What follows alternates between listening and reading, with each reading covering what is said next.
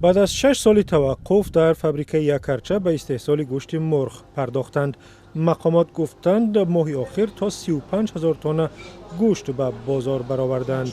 20,000 تخم دیگه موندگیه. بو برای آیندهش هم خیلی مرحله به مرحله گوشت پارێزی استحصال میشه. ما همین را میتونیم که یک بار از 40,000 مونیم، لیکن و کشتورش هم همین اگر یک روز اگر دو روز دیر شود وزنش زیاد میشه و خوشگی همون ضررآور میشه.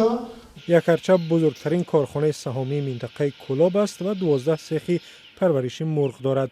سال 2012 با 3.5 میلیون قرض توانایی استحصال گوشت را از دست داد و تا حال پروندهش در دادگاه است. وزیر بواری کوی داره که فابریکا فایده آور کار میکنه، همین خیلی طبقاتی برای در آینده قرض هم پرداخت میکنه.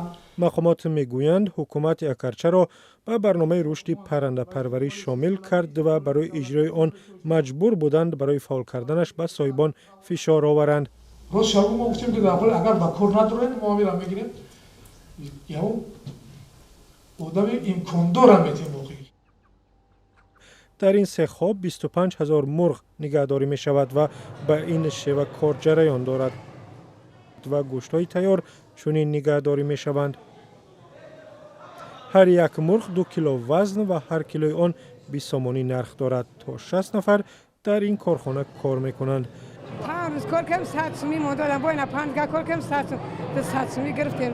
مقامات مومن آباد به رادیو آزادی گفتند به تنظیم کار و استحصال در کارخانه یکرچه هوسمند هستند و تا 1 میلیون سومانی بودجه ناحیه از آن بهره ور می شود و استحصال گوشت مرغ را در یک سال تا به 15,000 تن می رسانند.